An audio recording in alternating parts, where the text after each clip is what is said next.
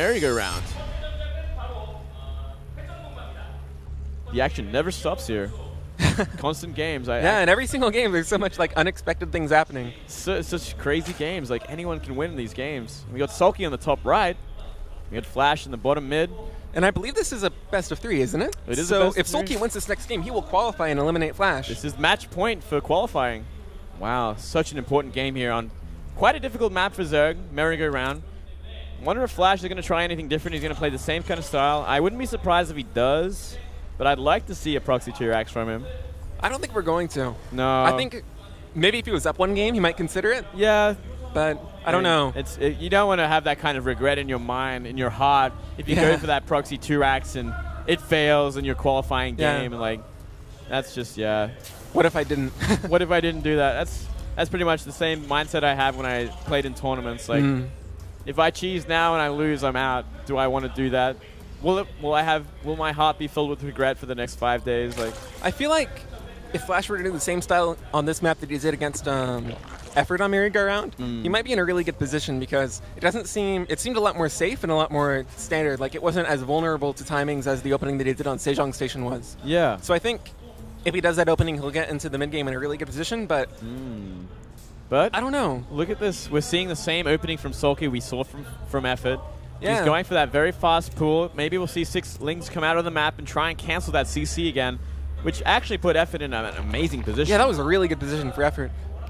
I'm wondering now whether SoulKey had already finished his match and saw Effort play, was like, oh, that's a really good idea. I kind of feel like that's the trend we're seeing here. Like, so much of the same sort of style, the same sort of meta coming into this. Yeah, and that's going to be 3 Larva, isn't it? Yeah. 2, 4. Is it going to make any more? Oh, going into drum production. Oh, okay. Guess not. Maybe he's just going for an SCV kill then. Maybe. I mean, not a CC kill, just an SCV kill. It's probably a bit more of a conservative way of doing it. I mean, not as much risk. Yeah. Spending all your larvae on Lings instead of drones. And if Flash maybe thought that SoulKey might have seen that game and might go for it, the same kind of thing that Effort did. Yeah. It's 2 more drones that he has. Yeah, that's very, very good point. You see these Lings kind of going in the wrong direction there. Yeah, and so is Flash's Reaper. Yeah, so they're going to run into each other. Looks like you might see the Reaper with his Overlord and have a great idea of exactly. Yeah, I think he knows. Yeah. So you could potentially see a dead SCV again. Flash does not want to see that happen again, I'm sure. But at least this time it won't be a cancel. Yeah, it'll just be slower. But at the same time, I mean, the same with the Zerg's expansion was slower. Yeah, and with only 2 Zerglings committed, just killing an SCV or 2 and delaying the expansion is well worth it. And the Reaper is actually going back. Yeah, Reaper coming back in time, and yeah, they're actually not going to kill the SCV. Yeah, I think right now Flash is almost thankful that it wasn't 6 Zerglings. Yeah, I think so. But definitely a fast reaction from Flash this time. Yeah, I didn't lose an SCV, but the command center was delayed maybe 15, 20 seconds. Yeah, not as bad. That's a very fast command center. Yeah, so Flash playing that very, very greedy style again, going for the 3CC after Factory. So we're going to see that kind of Hellion take the map control, trying to deny that creep as best as possible, try and find harassment where possible. Yeah, and SoulKey going for a gasless style. I guess we're not going to see that much aggression out of him in the next few minutes, so this might pay off for Flash. Yeah, actually, this is a very, very gasless style. Normally, you'd see the gases maybe at around the 5-minute mark. Yeah, that's what Effort did in the previous game, right? Yeah, it's very much the standard when you're going to go for this kind of style, but we're seeing it 5:30 instead. Yeah, 30 seconds later, so really droning up hard. Yeah, it looks like he's going for a bit more of a queen composition here. Like, wants 2 queens to creep spread instead of just 1. Yeah, he's waiting until his 2 bases are both fully saturated on minerals to start mining gas. Playing a really mineral-heavy style. And I do love the greedy SoulKey style, I got to say. Definitely the style that I prefer to play. Yeah, this map is definitely leading towards a really good macro game. Do you remember back in Wings of Liberty when Zerg used to go for maybe like 4 creep queens against Terran, like just spread creep the whole time, going completely gasless? Yeah. That was me, man. That was my style. I miss that style, and sometimes I still try it, but I end up losing those games because it just doesn't happen anymore. But 2 queens is probably the maximum you can get away with these days. Yeah, and unlike Effort, Roach-Bane going out in the front of the map a little bit later, 4 more gases, or 2 more gases going up to 4. So really standard play from both players. Both players playing very greedy. Yeah, very, very greedy. SoulKey especially greedy, really denying that 3rd base from SoulKey actually.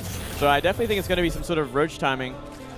Do see a lot of overlords being made while this Roach-Bane goes up, and it looks like Reapers are going to try and actually scout this. And it gets away. Yeah, it gets away, but sees the Roach Warren as well. And I kind of feel like Flash must know something's up because the third base is simply not down. It's past 7:30. And from here, there's going to have to be some sort of timing to really make up for it. Yeah, but only 6 Roaches coming out from SoulKey, and this is like, what, 2 minutes later than what Effort did, and Flash had no problem against that. That's very, very true. We do see 5 Marines out and a bunker down at the ramp to the natural. And I think it actually plays out very well for SoulKey that he's not committing to try and do a lot of damage, because just these few Roaches, if he made even more and try to push across the map, I don't think it would do any damage. So I think this is just him trying to get map control, get rid of the Hellions outside of his brace, and take a third. Yeah, it seems that way for sure. But I mean, still that third base, which is the most critical part for Zerg against Terran, is oh, and it might get cut by the Reaper. Oh, and this is Reaper actually. Oh, he could have put down the hatchery actually. So a bit of a mistake there. Flash.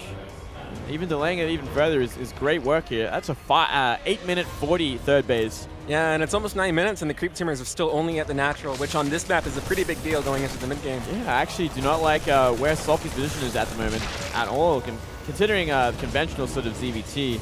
Like the rules are like you got to get that third base down pretty early on, and if you don't, you better be going for some sort of kill move, or it's going to be a very, very hard game here.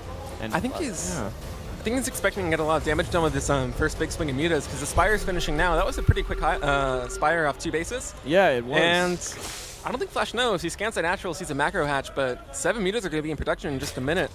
Very, very fast mutas for sure. But however, that's a really late Zergling speed too. That's actually... Yeah, almost the same as Effort. Yeah, it's so weird how similar these players are playing, and same mistakes as well. That's a mistake, you think? Well, considering the mutas have started like after the link speed, I feel like it has to be, right? Yeah. Like, he could have had 100, I think so too. 100 gas like a long time ago. And has he started upgrades with those 2 evolution chambers, or? Yeah, I don't think so. Not yet. He's pretty much banked everything into these mutas. And Roach speed is being researched. Yeah, that's interesting as well. Maybe he thinks, considering he already has like 6 Roaches on the map, he might as well. And this actually could do a lot of work. The mutas are finished right when the Medivacs are coming in. Oh, no. Gets down 1 Medivac, actually trying to trade with the Marines. He can actually, considering how few there are. Yeah, gets 1 Medivac almost full of units. Yeah, that was a huge and almost play. Another Medivac worth of units. Completely counted, yeah. But at the same time, I mean, Flash does have that third base up already. And that's going to prove to be a lot harder in this mid game, considering there's only Roach Muta out so far and a slowly being saturated third base for SoulKey. Definitely feel like Flash has the advantage so far. Yeah, I think so too. He's going to have an upgrade advantage, but I don't think it's going to matter that much for when 1-1 finishes, just because SoulKey's mutas are keeping him pinned back right now. But I think around the time 2-2 finishes, when Flash has his Thors, he has his Marines and Marauders out, and a good number of Hellbats, that's where he's really comfortable. That's when we saw him get very aggressive against both Effort in the first and second game in that series. Yeah, and I mean, looking at this creep spread as well, it's a lot different to what Effort's game was, which actually helped out a lot in defending, especially that 4th base. Yeah, but this muta harass is pretty good. Yeah, it's only a small number of mutas. Yeah, when you got like enough mutas to like one-shot SCVs and Marines, you can find a lot of damage, and we actually see a lot of Roaches being made. I think we're actually going to see a Roach-Ling timing, Roach-Bane Ling timing. Yeah, Baneling speed is almost halfway done. And if he attacks once 1-1 finishes in Baneling speed, there's not going to be an upgrade advantage for Flash. No, absolutely not. This could definitely go for the kill here. I actually like it a lot, considering Flash's composition. As we were talking about earlier, he loves to skimp out on those Widow Mines, which could actually be detrimental in this kind of timing attack. Yeah, and this drop in the main base. This drop could actually do a lot of work too, especially if he gets that spawning call. Yeah, and SoulKey's supply block now. And if he wants to hit a timing, that's a pretty big deal. He only has 1 Overlord in production. Yeah. Yeah, he's got to be careful. He's only got a small amount of mutas. I don't think he can trade with that many Marines and a Medivac. Oh, that's a lot of Banelings. Yeah, that's a huge amount of Banelings here. And I don't think Flash knows any better, considering how much we even see a Thor in the making. I mean, against this kind of style, you probably want to have siege tanks and Widow Mines especially.